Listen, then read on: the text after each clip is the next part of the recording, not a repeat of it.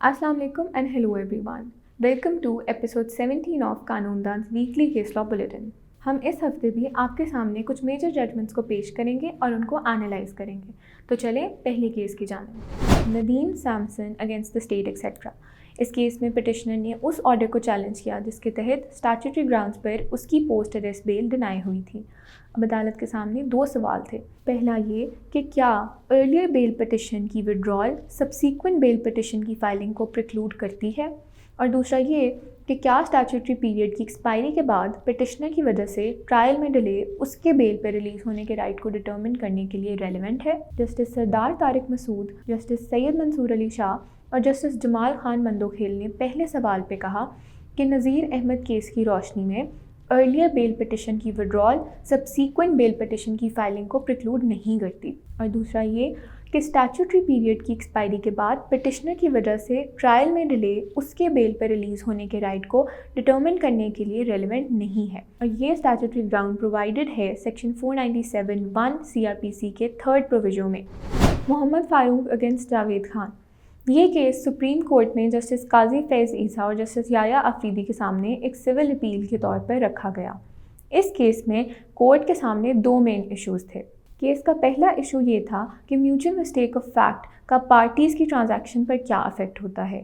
Second issue یہ تھا کہ کیا کورٹ کیس میں ایسا ریلیف گرانٹ کر سکتا ہے جو پلینٹف نے اسپیسیفکلی اپنی پلینٹ میں پرے نہ کیا ہو۔ اس کیس کے فیکٹس پر رسپونڈنٹس کو 1971 میں کچھ لینڈ بیچی گئی، البتہ 2010 میں ڈیمارکیشن کے وقت پتہ چلا کہ یہ لینڈ دراصل 19 مرلے کم تھی، کیونکہ 1947 سے 1948 میں سیٹلمنٹ ریکارڈ تیار کرتے وقت ایک مسٹیک ہوئی تھی۔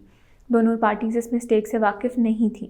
ٹرائل کورٹ نے پھر اپیلنٹ کو آرڈر کیا کہ وہ رسپونڈنٹس کو اس 19 مرلے کی حد تک مارکیٹ ریٹ پر کنسیڈریشن واپس کرے، اور فرسٹ اور سیکنڈ اپیلیٹ کورٹس نے ٹرائل کورٹ کی اس ججمنٹ کو اپ ہولڈ کیا۔ پہلے ایشو کو ڈیسائیڈ کرتے ہوئے کورٹ نے کہا کہ کانٹریکٹ ایکٹ 1872 کے سیکشن 20 کے تحت ایک مسٹیک آف فیکٹ تب ہوتی ہے جب دونوں پارٹیز کسی ایسے فیکٹ کے حوالے سے مسٹیکن ہوں جو کہ ایگریمنٹ کے لیے اسینشیل تھا، جس کی وجہ سے ایگریمنٹ وائڈ ہو جاتا ہے۔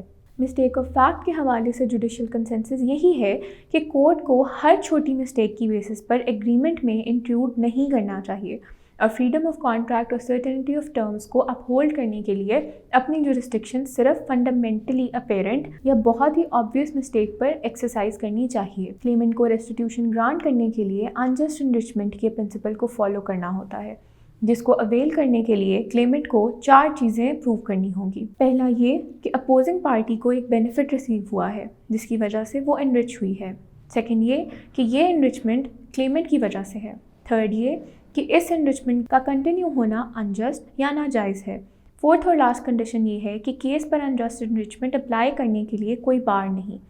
اس لیے اگر کورٹ کو پارٹیز کے درمیان کوئی مسٹیک آف فیکٹ ملے تو کانٹریکٹ ایکٹ 1872 کے تحت اس کا لیگل کانسیکوینس یہ ہے کہ کانٹریکٹ وائڈ ہو جاتا ہے، اور اس کے بعد ایگریوڈ پارٹی کانٹریکٹ ایکٹ 1872 کے تحت ریسٹیٹیوشن سیک کر سکتی ہے۔ کیس کے سیکنڈ ایشو پر کورٹ نے اپنی پرانی ججمنٹس کو انالائز کیا اور اختر سلطانہ اگینسٹ مظفر خان کے ریسنٹ کیس کو سائٹ کیا۔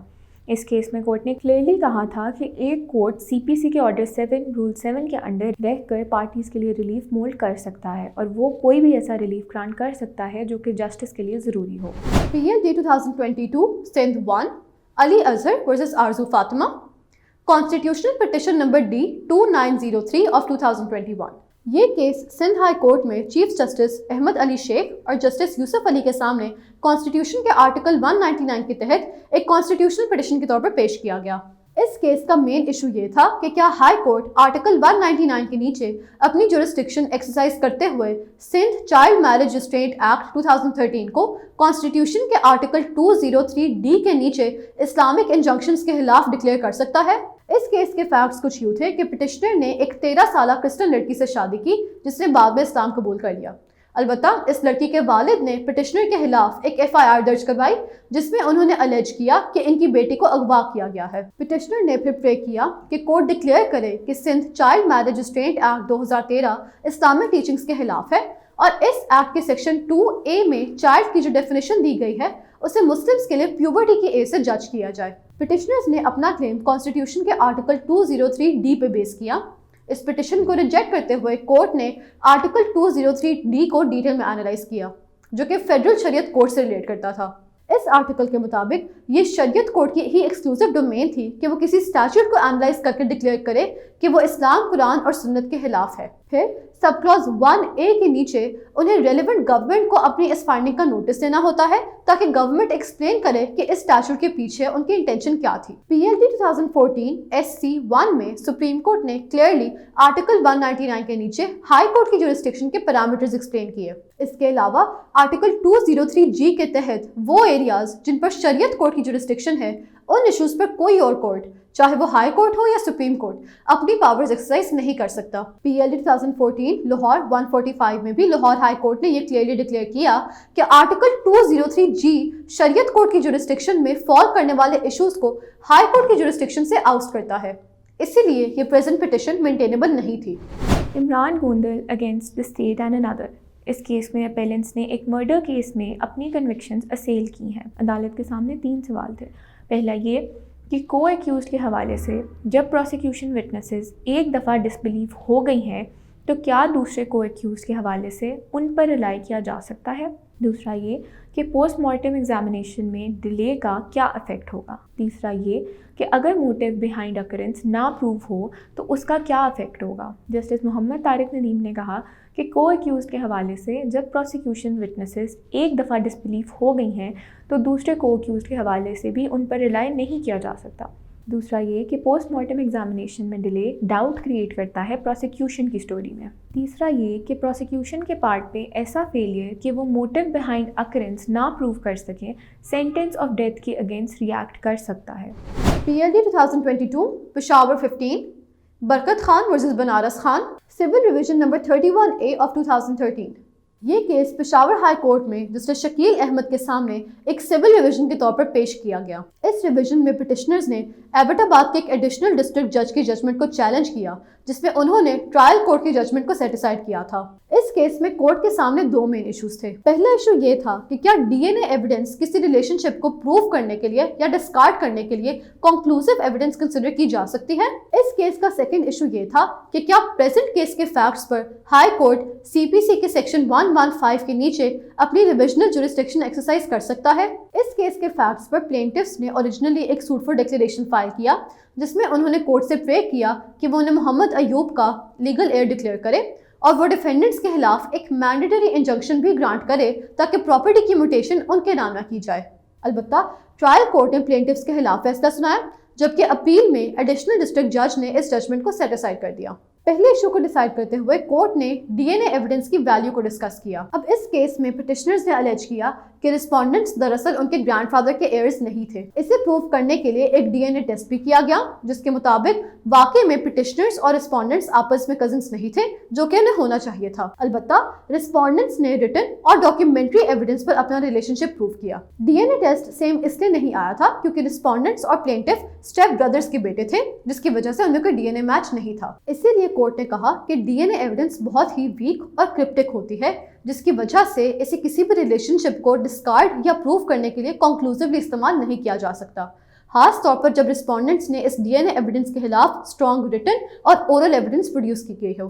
سیکنڈ ایشو پر آتے ہوئے کورٹ نے کہا کہ ہائی کورٹ کی سیکشن 115 کے نیچے ریویژن جورسڈکشن کو صرف تب انووک کیا جا سکتا ہے جب کورٹ نے کوئی جورسڈکشنل ڈیفیکٹ کمٹ کیا ہو یا جب امپیون ججمنٹ مس ریڈنگ یا نان ریڈنگ آف ایویڈنس کی بیسس پر دی گئی ہو۔ اس کیس میں اپیل کورٹ کے پاس یہ ایشو ڈیسائیڈ کرنے کی پوری جورسڈکشن تھی اور کورٹ کی ججمنٹ بھی ساؤنڈ ریزننگ پر دی گئی تھی، اس لیے یہاں ہائی کورٹ اپنی ریویژنل جورسڈکشن ایکسرسائز نہیں کر سکتا تھا اور اس پٹیشن کو ڈسمس کر دیا گیا۔ Abdul Rauf and 4 others against Director Estate, Quetta Development Authority, Quetta and another۔ اس کیس میں پٹیشنرز نے سول جج کے سامنے ایک اپلیکیشن فائل کی for the grant of the letter of administration جو کہ ڈسمس ہو گئی۔ پھر انہوں نے ایک فریش اپلیکیشن فائل کی اور وہ بھی ڈسمس ہو گئی آرڈر 9 رول 9 CPC کی وجہ سے۔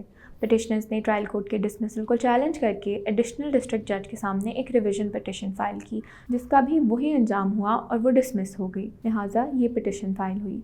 چیف جسٹس جمال خان مندوخیل اور جسٹس محمد کامران خان ملا خیل نے البتہ یہ پٹیشن الاؤ کر دی اور نچلے کورٹس کے آرڈرز کو سیٹ اسائڈ کر دیا. صرف ٹیکنیکلٹیز کی بیسس پر پٹیشنر کو اس کے رائٹ سے نہیں ڈینائی کیا جا سکتا. اگر سی پی سی کا رول 8 نہیں فالو ہوا تو سیکشن 11 سی پی سی اور آرڈر 9 رول 9 سی پی سی میں بھی فال نہیں کر سکتا. ٹرائل کورٹ کا آرڈر اللیگل تھا کیونکہ انہوں نے کیس کے لیگل اور فیکچوئل ایسپیکٹس کنسیڈر ہی نہیں کیے تھے. PLD 2022 federal Shariat court 1 Farooq Umar Bhoja versus federation of Pakistan. Shariat petition number 10-1 of 2020. یہ کیس فیڈرل شریعت کورٹ میں chief justice Muhammad Noor Maskanzai, justice Syed Muhammad Anwar اور جسٹس خادم حسین ایم شیخ کے سامنے پیش کیا گیا. اس کیس میں پٹیشنرز نے کانسٹیٹیوشن کے آرٹیکل 203D کے تحت چائلڈ میرج ریسٹرینٹ ایکٹ 1929 کے سیکشنز 4, 5 اور 6 کو چیلنج کیا اور الیج کیا کہ یہ اسلامک انجنکشنز کے خلاف ہے. یہ سیکشنز ایک لڑکی کی minimum age of marriage 16 years پر سیٹ کرتے تھے اور پٹیشنر نے اپنے آرگیومنٹ کو سپورٹ کرنے کے لیے مسلم شریف کی احادیث نمبر 3894, 3895 اور بخاری شریف کی حدیث نمبر 3896 کو سائٹ کیا. یہ ایک نون فیکٹ ہے کہ حضرت عائشہ رضی اللہ عنہ کا نکاح profit piece be upon him سے 6 سال کی عمر میں ہوا اور اس کی کنسومیشن تب ہوئی جب حضرت عائشہ رضی اللہ عنہ 9 سال کی تھی. اس پٹیشن کو ڈسمس کرتے ہوئے کورٹ نے بہت سے ایشوز کو ڈسکس کیا. مسلم شریف کی حدیث نمبر 3896 پر رلائی کرتے ہوئے کورٹ نے کہا کہ ایک ایسے ینگ ایج کے میرج کانٹریکٹ کو 2 پرنسپلز گورن کرتے ہیں. پہلا یہ کہ ایک مائنر گرل کا نکاح صرف اس کے ولی کے تھرو ہو سکتا ہے جبکہ کانسومیٹ صرف تب ہو سکتا ہے جب وہ اڈلٹہڈ ریچ کرے. سیکنڈ پرنسپل یہ تھا کہ یہ اڈلٹہڈ کی ایج ہر لڑکی کے لیے ویری کر سکتی تھی کیونکہ یہ ہر لڑکی کے لیے ڈفرینٹ ہوتی تھی. اسی لیے 16 ایئرس کی منیمم ایج کی ریکوائرمنٹ کے پیچھے گورنمنٹ کی یہ انٹینشن تھی کہ ایک ایسی ایج ہو جس میں کوئی پاسبلٹی نہ رہے کہ کسی بھی لڑکی کی میرج اس کے اڈلٹہڈ ریچ ہونے سے پہلے کانسومیٹ ہو گئی ہے. اس کے علاوہ یہ شریعت کا ایک سیٹلڈ پرنسپل ہے کہ اگر کوئی مباح ایکٹ سوسائٹی کے لیے ہارمفل لگے تو اسٹیٹ اسے پروہیبٹ کر سکتی ہے. جب تک یہ پروہیبیشن کسی حکم کے ساتھ کنفلکٹ نہ کرے یہ ویلڈ ہوتی ہے اور 16 ایئرس کی ایج لمٹ ایک ایسی ہی پروہیبیشن کا ایگزامپل تھی. اس کے علاوہ اسلامک لاء میں سد الذرائع کا بھی کانسیپٹ تھا جس کے نیچے اسٹیٹ کوئی بھی ایسا ایکٹ بین کر سکتی ہے جو کسی بھی سیگمنٹ آف سوسائٹی کے لیے ہارمفل ہو. شریعت کے 2 گولز نسل الحفظ اور حفظ العقل کے تحت یہ چیز بھی پریفریبل تھی کہ ایک لڑکی کی شادی سے پہلے اس کی ایجوکیشن مکمل ہو اور وہ شادی صرف تب کرے جب وہ فزیکل اور مینٹل میچورٹی ریچ کر گئی ہو. بہت سے اسکالرز اس اوپینین سے اگری نہیں کرتے تھے کہ ایک مائنر لڑکی کی شادی ہو سکتی ہے. انہی سب کانسیپٹس کی لائٹ میں اس ایکٹ کے سیکشنز 4, 5 اور 6 اسلامک ٹیچنگز کے خلاف نہیں تھے اور یہ 16 ایئرس کی ایج لمٹ ویلڈ تھی. MST حسنہ بی بی تھرو LRS against Ubaid ur Rahman and others. Abd ur Rahman کی ایک روڈ ایکسیڈنٹ میں ڈیتھ ہو گئی اور پیچھے بچے ان کی وڈو عائشہ رحمان اور 3 مائنر بچے. ڈیسیزڈ کے بھائی عبد الرؤف کو ان کا گارڈین اپوائنٹ کیا گیا پارٹیز کے کنسنسس کے ساتھ. گارڈین جج کی پرمیشن کے ساتھ اس کو اجازت ملی کہ وہ مائنرز کی پراپرٹی کو سیل کرے، جس پر مائنرز نے ایک اپلیکیشن فائل کی کہ گارڈین کی اپوائنٹمنٹ کو ریووک کیا جائے. اپلیکیشن الاؤ ہو گئی اور مائنرز کو ان کا شیئر مل گیا. پٹیشنر نے اس ججمنٹ کو چیلنج کیا جسے اپیل کورٹ نے ڈسمس کیا اور اب وہی پٹیشن اس کورٹ کے پاس آئی ہے. جسٹس سید ارشد علی نے بھی اس ریویژن پٹیشن کو ڈسمس کر دیا کیونکہ ان کے مطابق یہ ایشو آلریڈی ڈٹرمن ہو چکا تھا ہائی کورٹ میں، تو دوبارہ یہاں کیس لانے کا مطلب ہے میلافائڈ پریزنٹ تھی. اور تو اور اپیلیٹ کورٹ بھی اس ججمنٹ کو افرم کر چکا تھا. پٹیشنر مائنرز کے انکل تھے اور ان کا یہ لیگل اور ریلیجس فرض تھا کہ وہ آرفنس کو لک آفٹر کریں، نہ کہ ان کی پراپرٹی یوزرپ کریں. Zaheer Ahmad against the state. اس کیس میں پٹیشنرز کو PPC کے سیکشن 295A اور 298C اور prevention of electronic crimes act 2016 کے سیکشن 11 کے تحت آفینسز کے لیے اریسٹ کیا گیا. پٹیشنرز نے الیجڈلی ایک واٹس ایپ گروپ پر قرآن کی ایک پرسکرائبڈ ٹرانسلیشن شیئر کی اور اب وہ اس کیس میں اپنی بیل کی ریکویسٹ کر رہے تھے.